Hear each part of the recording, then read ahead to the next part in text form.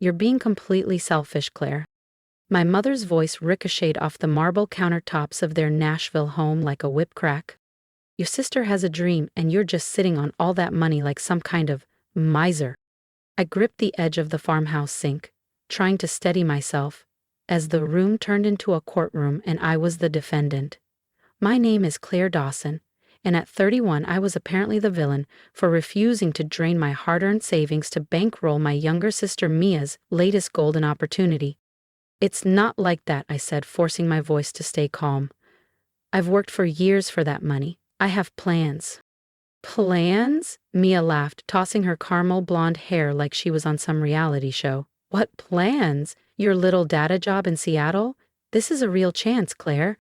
Her dream, a luxury wine bar in the heart of downtown Nashville, complete with live jazz and overpriced charcuterie boards.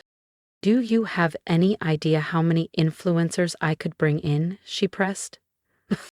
My father, usually the quiet diplomat, finally spoke. Claire, be reasonable. Your sister has vision. She's always had that spark. Then came the dagger. You're steady, stable. You can always save more. Those words, steady, stable, sliced, deeper than they knew. In our family, they were code for dull, forgettable. I swallowed hard. I have $138,000, 0 cents saved, I said quietly. And Mia wants all of it, every penny. It's an investment, Mia shot back. You'd be a partner. For once in your life, think big, Claire. But all I could think about was the path I'd taken to get here. A tiny apartment in Seattle while working 2 jobs through grad school. Late nights running analytics reports. Skipping vacations, saying no to impulse buys, clipping coupons well into my 20s. Meanwhile, Mia had hopped from one failed venture to the next. The online boutique that tanked in 4 months, the wellness studio that shut down in 8 weeks, the exclusive event company that booked exactly 1 client. Our cousin's wedding. Each time, Mom and Dad had bailed her out, convinced the next scheme was the one. No, I said finally, the word sharp as glass. I'm sorry, but I won't do it. The silence lasted half a second before the explosion came.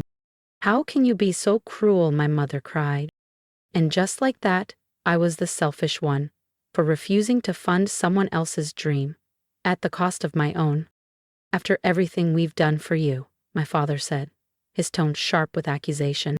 I knew you were jealous of me, Mia spat, her perfectly glossed lips curling into a smirk. But this is low, even for you. I looked at them, really looked at them. My mother, who spent my entire childhood urging me to be more like your sister.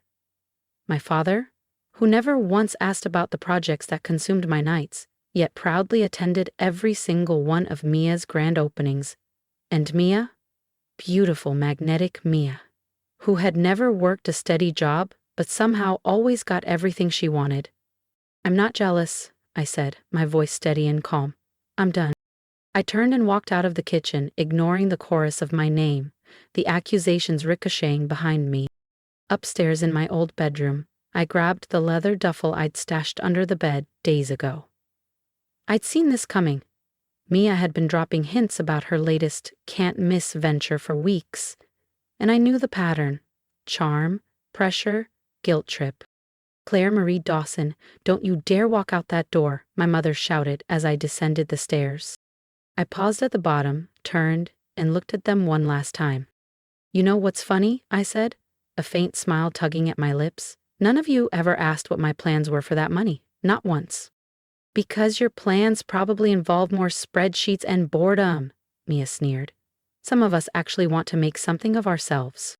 I laughed softly, not bitterly this time, just pity. Goodbye, I said simply, and walked out. Behind me came the sounds I knew so well, my mother's sobs, my father's heavy sigh, Mia's furious shouting, but as I slid into my car and pulled out of the driveway, I felt weightless. They had no idea. While Mia fantasized about velvet lounges and champagne bars, I'd been building something real. Tomorrow, I'd board a flight to Zurich to start as head of strategy at a leading renewable energy firm. A job I fought for with grit and sleepless nights. The salary was life-changing. The work? Impactful. Best of all, it was 5,000 miles away from their endless demands. My phone buzzed with calls and texts. I powered it off. They'd hear my news eventually, but not tonight. By this time tomorrow, I'd be walking through the glass doors of my new office overlooking Lake Zurich. Let them call me boring, I call it free. Let them call me selfish. I was done being the family ATM, the dependable one they only remembered when they needed a bailout. My phone stayed off as I walked through Zurich Airport, boarding the overnight flight that would change my life. Whatever messages they were leaving could wait. Right now, the Alps were calling, and for the first time in my life, I was answering. 3 months passed in a blur of glass-walled offices, global summits, and work that felt meaningful every single day. My apartment overlooked Lake Zurich, its surface like liquid silver in the morning sun. I woke up to the quiet hum of trams instead of the endless drone of family drama. The first few weeks, my phone overflowed with voicemails. My mother's ranged from hysterical, "How could you abandon us like this?" to manipulative, "Your father's blood pressure is through the roof because of your selfishness." Mia alternated between fury, "You've ruined everything," and desperate bargaining.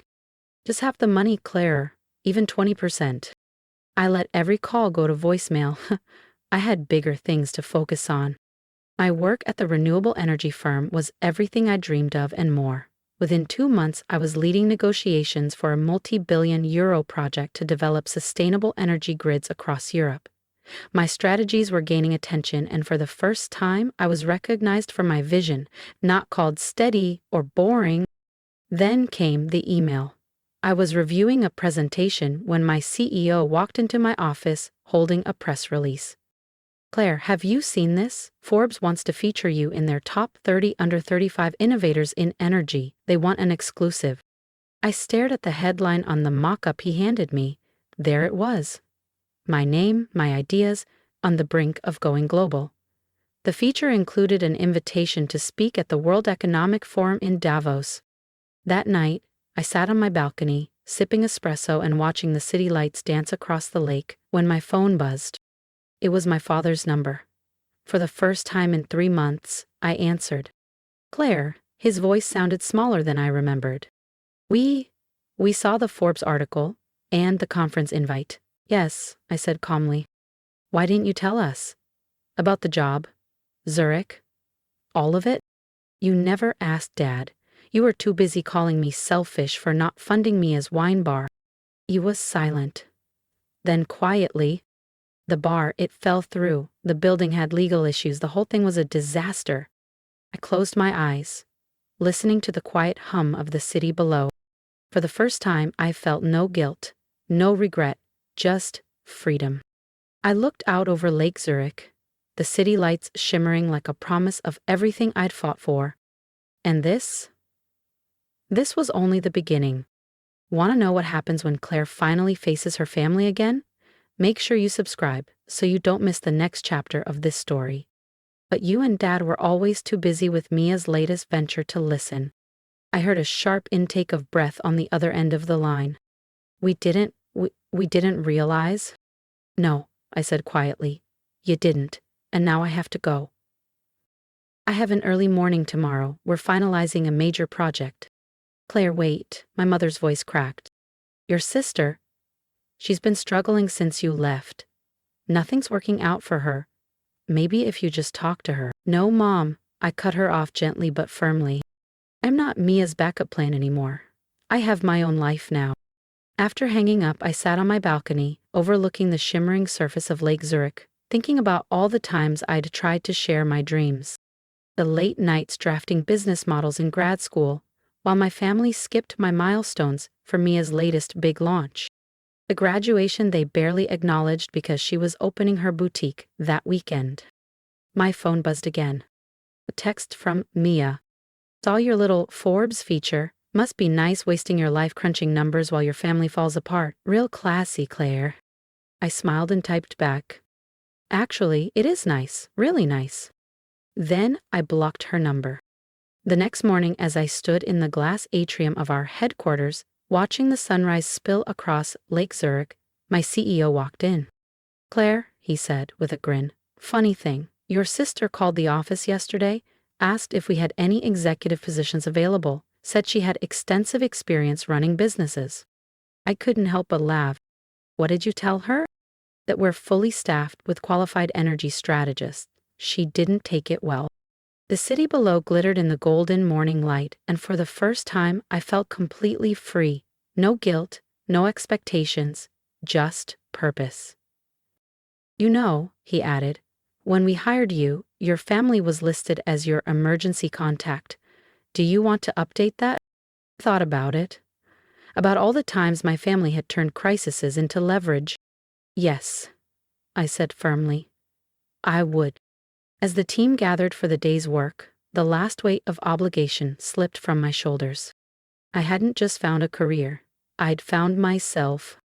And no amount of guilt trips, tantrums, or manipulative calls could take that away. For the first time, my mother had been right about one thing. I looked happy, and I truly was. Thriving, not in spite of leaving, but because of it. 6 months after the Forbes feature, I stood in my corner office, overlooking Lake Zurich, staring at my phone in disbelief. 8 voicemails from my family, each one more desperate than the last. I hadn't heard from them since blocking Mia's number and updating my emergency contacts. So why the sudden interest? Apparently, last night's global broadcast of the World Economic Forum had caused quite a stir back home. There I was, boring, predictable Claire, speaking confidently on sustainable energy solutions to an audience of world leaders. The first voicemail was from my mother, her tone dripping with sudden pride. "Darling, you were absolutely brilliant. Why didn't you tell us you were speaking at such an important event? The Hendersons saw it on CNBC and called to congratulate us." The next was my father's. "Princess, we had no idea your work was this significant. The country club is buzzing. The university dean even called me at the lounge, said we must be so proud." The rest were from distant relatives who hadn't spoken to me in years, suddenly fascinated by my amazing career.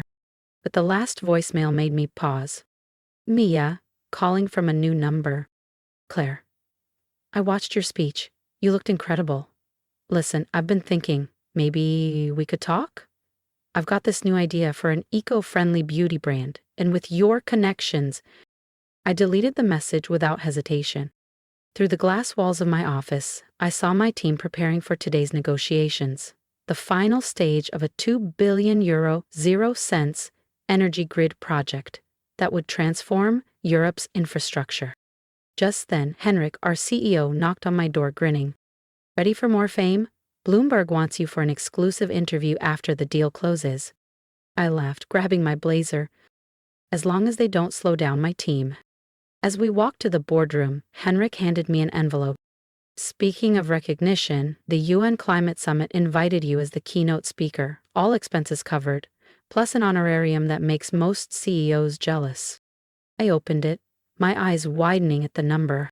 "This is unreal." "You earned it, Claire. Your strategy is changing the game." He smirked. "Though I suspect your family might be disappointed to learn you'll spend it on expanding renewable projects, not on funding Mia's next business idea." Just then, my phone buzzed with a text from Mom. "Darling, we're thinking of visiting. Mia has some wonderful ideas to share with you. Your WEF talk could really help her brand." I powered the phone off and smiled. Some things never change, but I hadn't, and I wasn't going back. Some things never changed, but I had. I typed a quick reply. "Sorry, can't host visitors. Too busy finalizing the International Green Energy Accord. Feel free to watch my Bloomberg interview next week." Turning my phone off, I grabbed my presentation materials and headed to the conference hall. The film crew was already setting up as my team finalized the data models for the €2 billion, 0 cents renewable grid expansion. Today's session would showcase how our pilot program had cut carbon emissions by 40% across multiple European cities. As Dawson, the producer, called out, "Could you explain for the camera what inspired you to pursue sustainable energy?"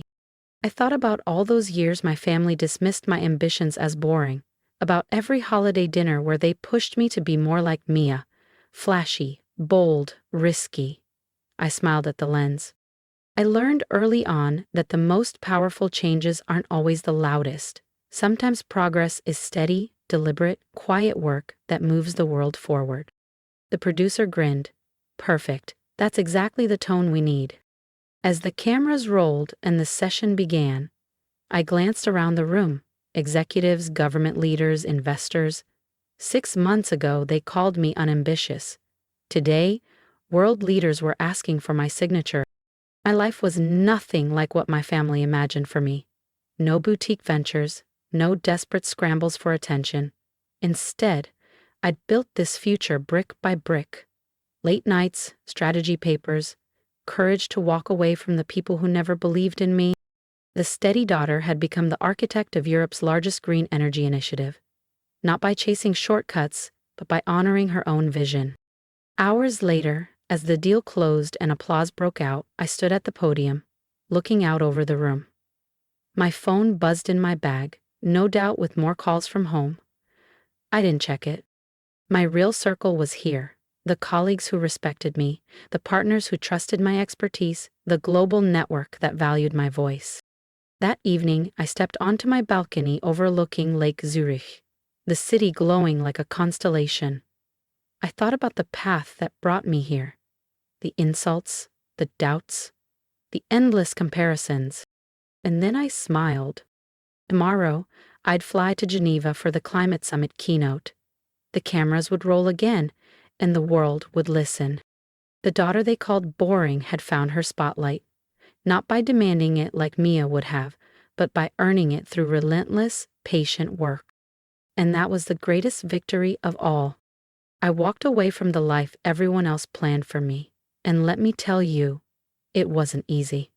The guilt trips, the accusations, the constant voice in my head asking, what if they're right? I faced all of it, but here I am, thriving in a career that matters, surrounded by people who value me for who I am, not for how much I can give them. If you've ever been in a situation where your family or friends expected you to sacrifice your dreams for theirs, tell me in the comments. What did you do? Did you stand your ground, or are you still figuring it out? I want to hear your story, because no one talks enough about the courage it takes to put yourself first. And if you take anything from my journey, let it be this. Being steady is not boring, and setting boundaries is not selfish. It's survival. It's strength. Your worth is not defined by how much you give up for others. It's defined by the life you build for yourself. If you believe that too, hit that subscribe button and stick around. The next chapter? Trust me, you won't want to miss it.